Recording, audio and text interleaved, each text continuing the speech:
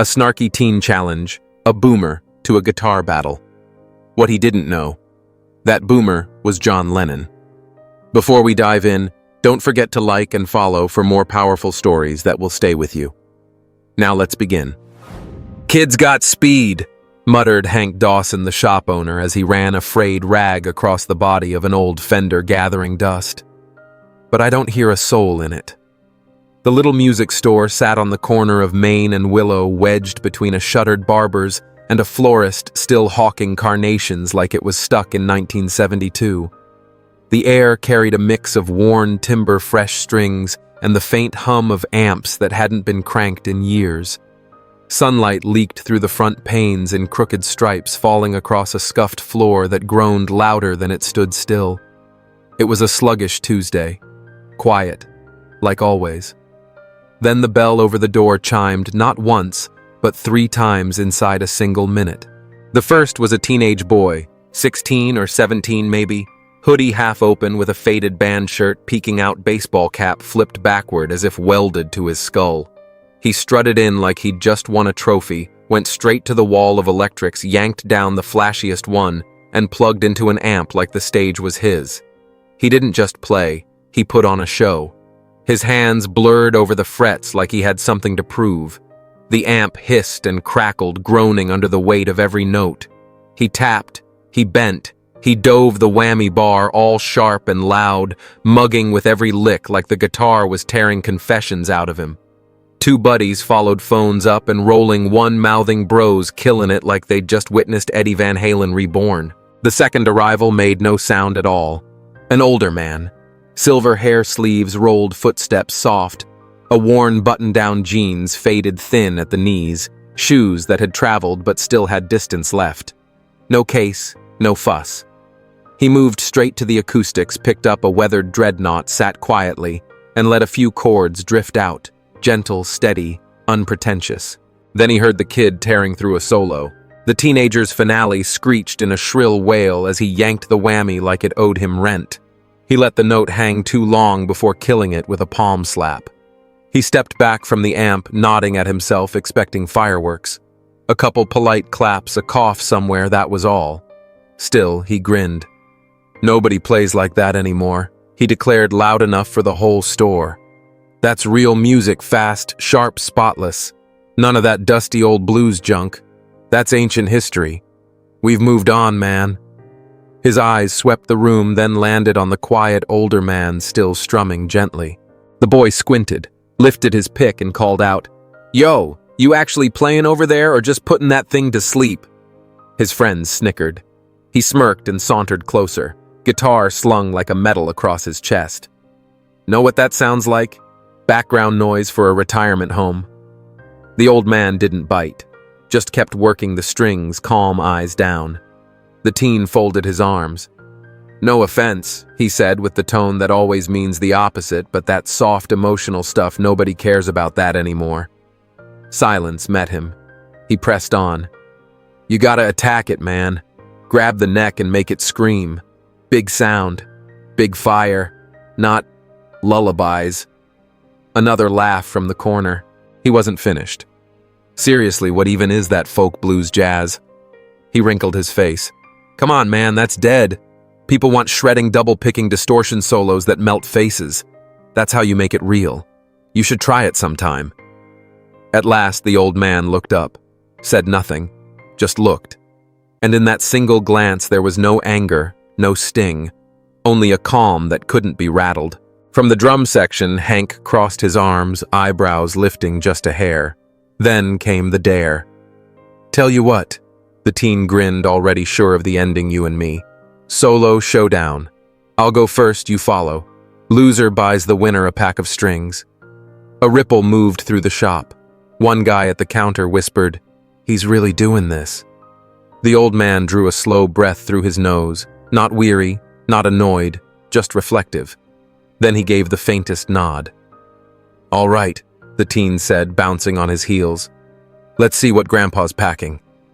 He strolled back to the amp, twisted the knob higher. The room filled with that restless electric hum, heavy and impatient. Hank tilted his head toward the sound, but stayed planted, arms crossed, watching like a man who'd seen this kind of show before. The boy planted both feet like he was about to bring the roof down. He popped his knuckles, one by one, shook his fingers like he'd rehearsed it in front of a mirror, then leaned forward and cranked the volume even more. "You ready, Grandpa?" he shouted, not waiting for a reply. "Try and keep up." The older man said nothing, just stared back at him steady. No smile, no frown, just stillness. A look that could mean age had dulled his fire, or that he'd lived long enough to not be rattled by kids with loud guitars. The boy read it as fear. He rolled his shoulders, turned back to the handful of onlookers. A couple stood near the door, others peeked from behind the racks of vinyl. Hank Dawson lingered by the drum kits, arms still crossed, gaze fixed on the floor like he was measuring the kids' every move. "All right," the boy said, tapping the guitar body with his knuckles. "Let's give 'em a show." Then, he unleashed it. The first note blasted so sharp one man in the corner winced. Then came the barrage, tapping, shredding fingers sprinting up and down the neck like lightning. Sweeps, hammer-ons, pull-offs, slaps, all of it thrown in like seasoning without a recipe. He spun halfway around, posturing as if Madison Square Garden was out there, not a small-town shop on a Tuesday afternoon. His head bobbed, his face scrunched in fake agony, though the noise carried no real heart. It was speed. It was volume. It was flash. The younger ones looked impressed. Phones raised. A guy in his 20s let out a woo during a lightning run. But the older ones? They stayed quiet. No claps, no whistles, just watching. Hank narrowed his eyes. He'd seen this sort of thing not in music halls, but in gyms, auditions, locker rooms when a rookie thought making noise equaled making a statement. The boy ended with a brutal dive on the whammy bar, letting the squeal ride until the amp hissed. He stepped back like he'd lit fireworks, raised his arms, grinning wide. The room gave him a couple claps and a whistle. That was all. That he panted is how you play guitar. He turned on the old man. "Your move, old-timer. Better stretch first. Don't want you tearing something." Still no response. The kid laughed. "Hey, no shame in backing out. Not everyone's cut out for this kind of playing. I'm the future, you know. You probably learned back when guitars only had 4 notes." His buddies chuckled behind him just enough to keep his smirk alive. "You ever heard of speed picking?" he went on. "No figures. That wasn't around when blues guys were still plucking their lullabies." He glanced around, fishing for agreement, but the shop stayed hushed. The older man rested his palm gently on the neck of his guitar. No rush, no hurry. Hank leaned closer to the clerk at the counter and murmured, "You really don't know who that is?" The clerk shrugged. "Nope. Comes in sometimes. Quiet guy." Hank didn't answer, just kept watching. The boy, meanwhile, slapped palms with his buddies, leaned back against the amp like a crowned king. "Come on, Gramps," he called. "Don't stall us. I've still got gas for round 2 if you've got the guts." Still nothing. The old man adjusted a single tuning peg. One click. Silence again. The teen laughed. "Guess that means I win." Hank had seen plenty over the years. The boy's fireworks had fizzled. The applause was thin, and his grin faltered just a hair, the swagger losing steam. Hank muttered under his breath, "He's fast, but he ain't saying nothing." Then the older man stepped forward. His pace was slow, not from weakness, but because he didn't have to hurry. His hands were steady. He didn't nod or acknowledge the boy. He simply shifted the strap on his shoulder, stood in the center, and let his fingers brush the strings like greeting an old friend. The guitar was a plain Stratocaster. Nothing fancy. Just wood and wire worn by years. He didn't plug it in right away. He started bare, raw, just fingertips and fretboard. The first note sang out low and warm, held longer than expected. Then another, and another. No chorus, no fireworks. But every bend carried weight. Every slide felt lived. Pauses stretched with meaning, saying more than the notes themselves. The boy's smirk vanished. His arms dropped. His mouth closed. Hank unfolded his arms, eyes narrowing. Behind the counter, the kid who'd been scrolling on his phone set it down, leaning in. A woman near the wall whispered, "My God, I haven't heard something like that since—" She didn't finish. The old man kept playing slow and careful, each sound hanging in the air like sunlight dust. He wasn't performing. He was remembering. Then he stopped. Not sudden, but gentle, like setting down a glass too full. He looked up. The store was silent. Then he reached down, plugged in the cable, flicked the amp switch. A soft pop, a hum. No knobs adjusted. And then everything shifted. Same guitar, same hands, different fire. The first notes hit clean sharp, but heavier than anything before. They struck, but didn't shout. They sang, not with sheer loudness, but with honesty. And then something unexpected unfolded. He began to echo the same solo the kid had played, every note, every run, the same tempo, the same speed, yet completely transformed. Where the teenager had rushed like a runaway train, the older man steered it with certainty, shaping each phrase with purpose. His tapping was fluid, his phrasing deliberate, his sweep runs rose and fell like gusts of wind through trees. Even the dive on the whammy bar, though identical in motion, carried a tone and depth the boy couldn't touch. One by one, the people in the shop turned to each other in disbelief, jaws slack. The kid filming whispered, "Wait, that's the same solo."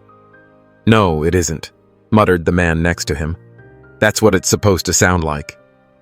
When the last note settled into silence, the old man muted. The strings stepped back and let his arms fall. It was finished. The boy didn't move. Hank did. He walked forward with steady steps, stopped a few feet away, and studied the man. "Tell me I'm not crazy," he said. "You're John Lennon." The old man's lips curled into the faintest smile, soft like a memory too private to speak aloud.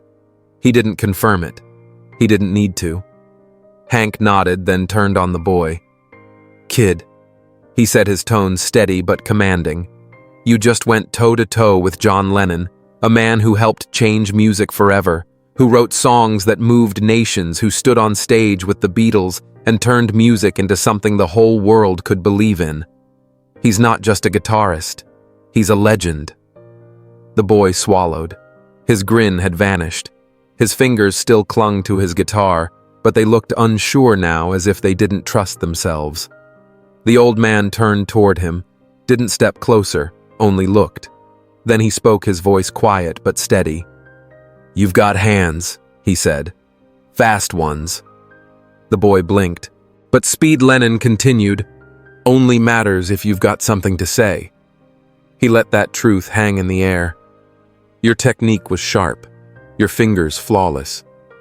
But your music—" He tapped his chest. "It didn't come from here." The boy's eyes dropped. "Music's not a sprint," Lennon said. "It's not about winning. It's a conversation." He shifted a little closer. "You've got fire. That's a gift. But fire without direction." He shook his head. "It burns out quick." The boy stayed frozen, his face pale. "And another thing," Lennon added almost kindly, "if you're going to play loud, make sure there's a reason." Silence pressed down again. The boy didn't move. Hank stepped forward and placed a hand on the kid's shoulder. "He's not tearing you down, son," he said. "He's giving you a doorway." The kid looked up. His lips parted as if he wanted to argue or maybe cry, but no words came. The old man gave a slight nod, then turned away. He didn't wait for gratitude, didn't ask for recognition. Lennon had just pulled his cable from the amp when the boy's voice cut the air. "Wait." Heads turned. The teenager was still by the amp chest, heaving sweat running down his temple. His hands clutched the guitar neck like it was holding him upright. "You didn't win," he shouted louder than intended. "I want another chance." Lennon paused. He didn't turn back right away. Hank exhaled through his nose. He'd seen this before, the moment pride lashes out because it's drowning. The boy stepped forward. "You didn't beat me," he insisted, his voice trembling. "You just caught me off guard." Lennon faced him again, his expression unreadable, his eyes calm. No challenge there, but that very calmness lit a fire the kid couldn't handle. "I can do better," the teen snapped, ramming his cord back into the amp. "I'm not letting some old man make me look small." The air in the room shifted. Awe turned uneasy, but no one stopped him. He flipped his pick twice like a trick and locked eyes with Lennon. "One more round." Lennon inclined his head slightly, then stepped back, arms resting loosely at his sides. The boy spun to his amp and twisted the knob nearly to its limit. The hum roared now, buzzing heavy like a bad idea waiting to explode. He didn't pause, didn't breathe. He dove straight in. The first notes burst out blazing faster, harsher, louder. Every run stretched to the breaking point. His fingers tapped frantically across the neck, doubling the speed, wrenching bends so hard the strings almost snapped. It wasn't music anymore. It was noise. Chaotic, scattered, forced. His hand began to slip. One note came out flat, another got swallowed in the distortion. He gritted his teeth, tried harder, but the more he pushed, the less control he had. His shirt clung with sweat drops, sliding down his temple, fingers trembling. Hank watched in silence. He didn't smirk, didn't shake his head, just studied. "He's panicking," a man whispered nearby. "No," Hank murmured. "He's drowning, fighting himself." The finale came in a violent whammy dive, strings stretched to the edge, amp shrieking. The boy held it until the sound choked out, then stepped back, gasping, wiping his forehead, eyes darting for approval. No one clapped. A man by the vinyl bins muttered, "There's no heart in that." Hank gave a slow nod but said nothing. The boy searched the faces, desperate for validation. He found none. Lennon said nothing either. He walked to the same amp as before, plugged in, and this time didn't ease into it. He had nothing left to prove. What followed wasn't soft, and it sure wasn't timid. The first note cracked the air like thunder, not chaotic alive. It surged, pulled, shook the room, but always under control. It had grit, but also shape. Where the boy had sounded mechanical, Lennon sounded like a storm, powerful, but with intent. The same solo, the same sequence. Yet every bend went deeper, every note carried ache, carried truth. Halfway through, a woman in the back let out a sharp breath. Someone else lifted a phone to record in silence. Another just covered his mouth. Hank never blinked. The guitar climbed, then sank, then wailed again with a cry that settled heavy in the chest, like a forgotten name on the edge of memory. Every note Lennon struck came with space, with meaning. The final bend lingered longer than it had any right to. Then silence. No one moved. No one dared. It was done. Lennon tapped the amp once unplugged. No bow, no search for applause. He simply turned and started toward the door. The boy stayed rooted, guitar in hand, shoulders drooping, eyes wide but empty.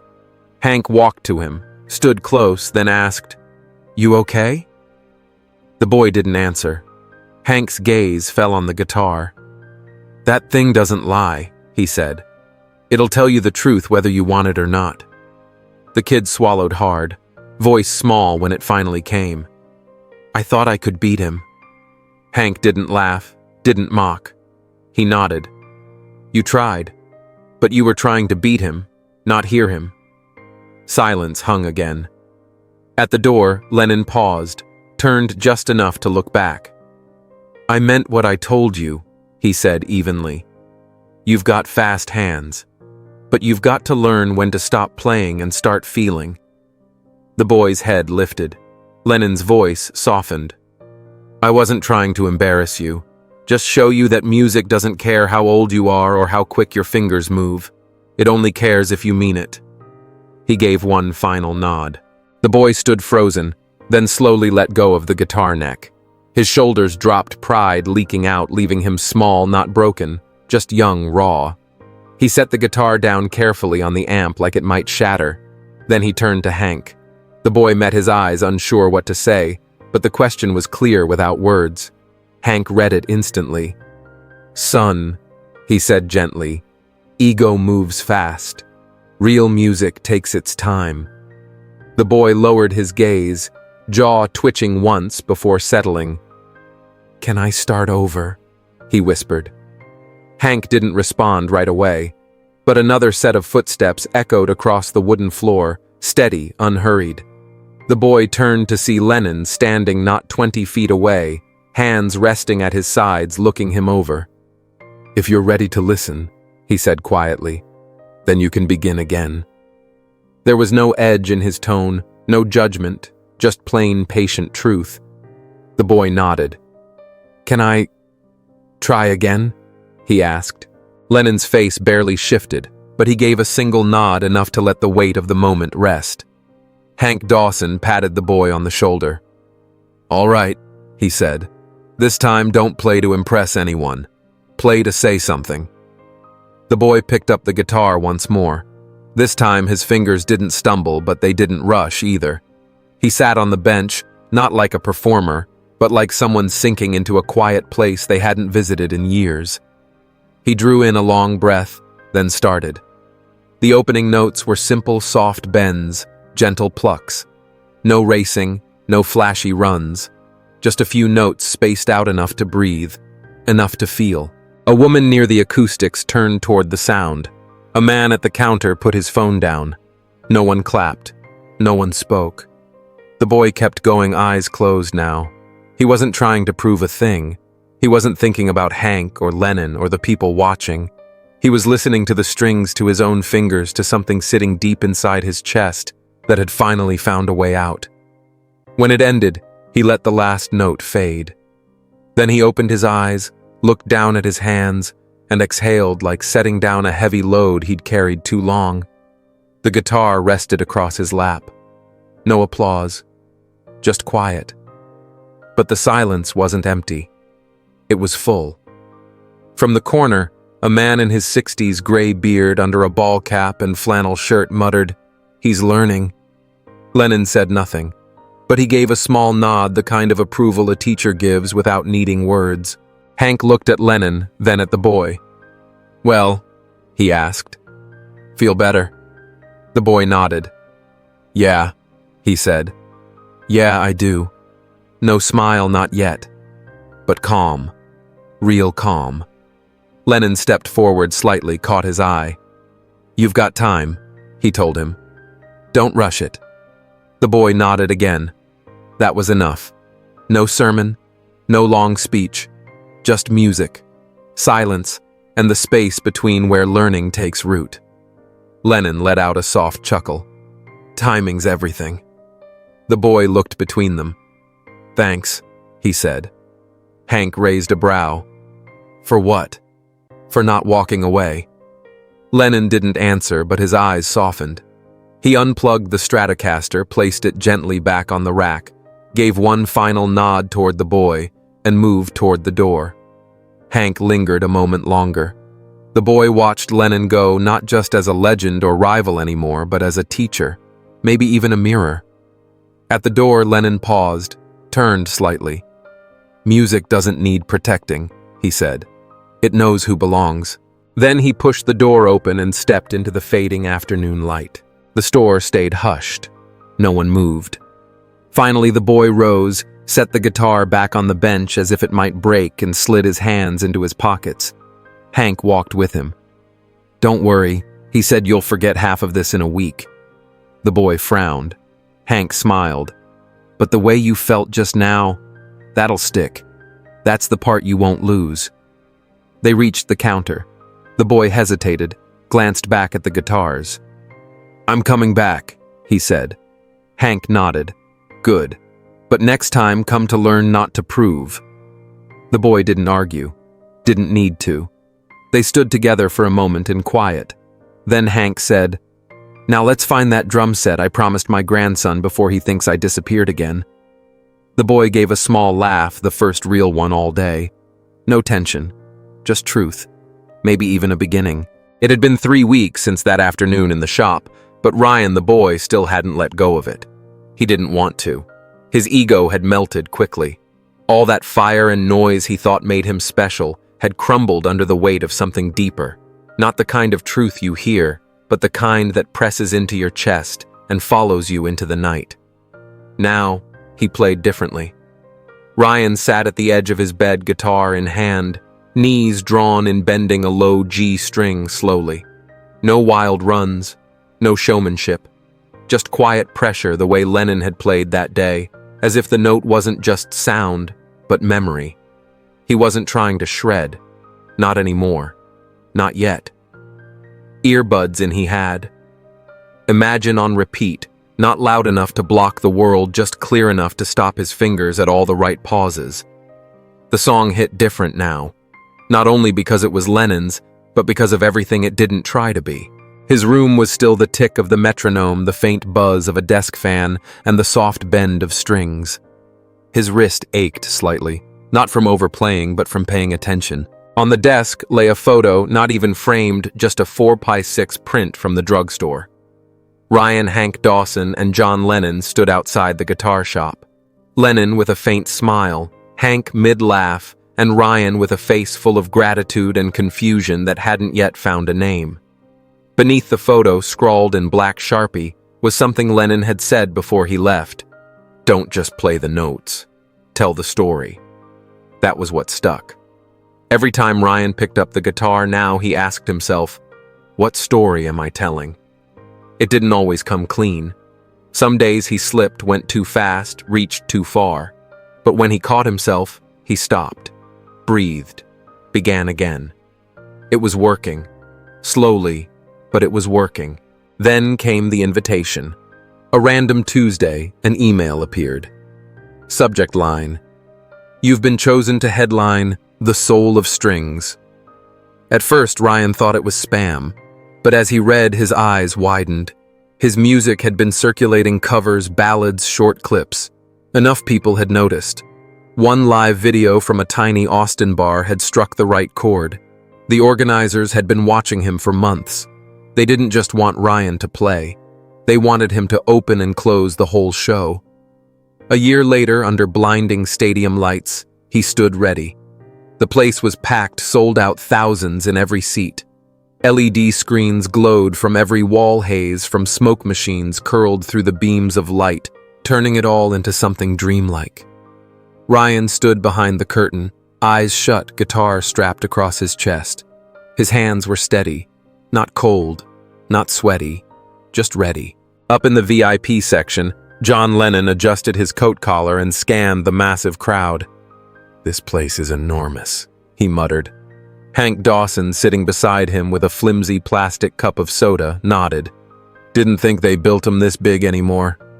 Lennon leaned closer. Remind me, who's this kid again? Hank shrugged. No clue. My granddaughter's been talking about him all week. Behind them, a teenage girl leaned forward, eyes wide. Grandpa. That's Ryan Sloan, she whispered fiercely, as though saying it any louder would ruin it. He's everywhere right now, writing his own stuff, totally original. Hank blinked. That's his name? Yeah. Didn't you even look at the poster? Hank leaned back, exchanged a glance with Lennon. Lennon chuckled softly. Guess we're behind the times. The lights dimmed. A hush rolled over the stadium like a tide. Then spotlight. Ryan stepped into it. He looked taller, older. His hair was tied neatly, his black shirt loose but sharp. The strat slung across his shoulder wasn't brand new, but it was cared for, loved. He stepped to the mic. Evening, folks, he said, voice calm, low. He paused. I know you're here for the music, and you'll get that. But before I play, there's something I need to say. The crowd leaned closer. The band behind him stood still. Ryan lifted his eyes to the VIP seats. In the crowd tonight, he said, are two men who have no idea what they did for me. Spotlights shifted. Hank straightened. Lennon tilted his head. I used to play guitar like it owed me something. Ryan went on, like it was supposed to scream for me. I didn't know how to stop and listen. People leaned in tighter. He swallowed. Then one day in a little shop, I shot my mouth off to the wrong man. And another man stepped in, not to fight me, but to keep me from digging myself deeper. He smiled. Those two didn't teach me how to play guitar. He paused. They taught me how to be still, how to play with the music, not over it, how to let the notes speak on their own. Spotlights caught Lennon and Hank. Applause rippled through confused, touched. Ryan's voice cracked as he said, "John Lennon, you showed me that a single note can hold a lifetime." The crowd gasped. Some clapped slowly, others turned to stare at the two men. Hank's jaw tightened. His granddaughter covered her mouth. Lennon blinked once, then again. Ryan steadied himself. "I came here to play my music, but I owe it all to theirs and to their patience." He drew a breath. "This first piece is for them." He stepped back, guitar raised. Then came the bend. Slow, familiar, sacred. It was the same bend Lennon had played months ago, but now it belonged to Ryan. The ballad wasn't flashy. No wild runs, no fireworks, just rise and fall, bending like branches in soft wind. Gentle but strong, meaningful. Lennon sat still, his eyes moist. Hank said nothing. He didn't need to. Midway through, a few stood. By the final chord, half the stadium was silent, not because they didn't want to cheer, but because they were still inside the sound.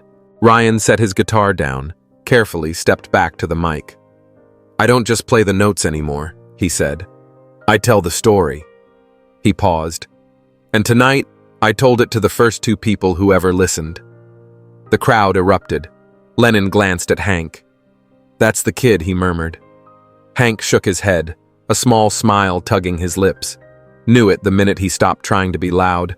Ryan waved at the crowd, then turned back to the band. "One more," he asked. The arena roared. "Yeah!" He nodded, stepped to the mic again, guitar in hand. "This last one's not a song," he said, smiling. "It's a thank you." And he played. No words, just strings, just heart.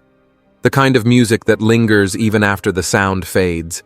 The kind that doesn't ask to be remembered, but is. And in the VIP seats, two old friends sat side by side, not clapping, not speaking, just letting the music breathe. And hey, before we close today's story, let me be clear.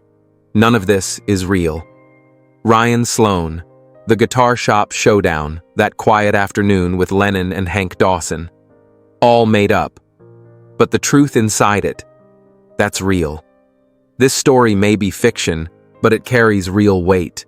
It reminds us that speed, flash, and skill mean nothing without soul.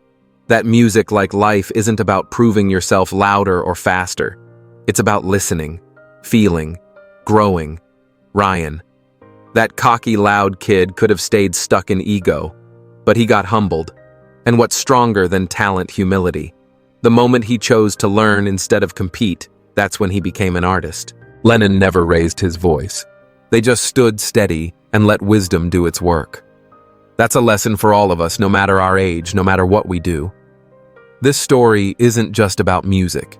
It's about respect, about growth, about how sometimes it takes a quiet legend and a shopkeeper with a soda to steer a loud kid in the right direction. So if this story hit you the way it hit me, drop a comment below. What was your favorite part? Did it remind you of someone, or maybe a lesson you learned the hard way? Let's talk about it. You and me, down in the comments. And until next time, keep listening, keep growing, and never stop telling your story. Peace.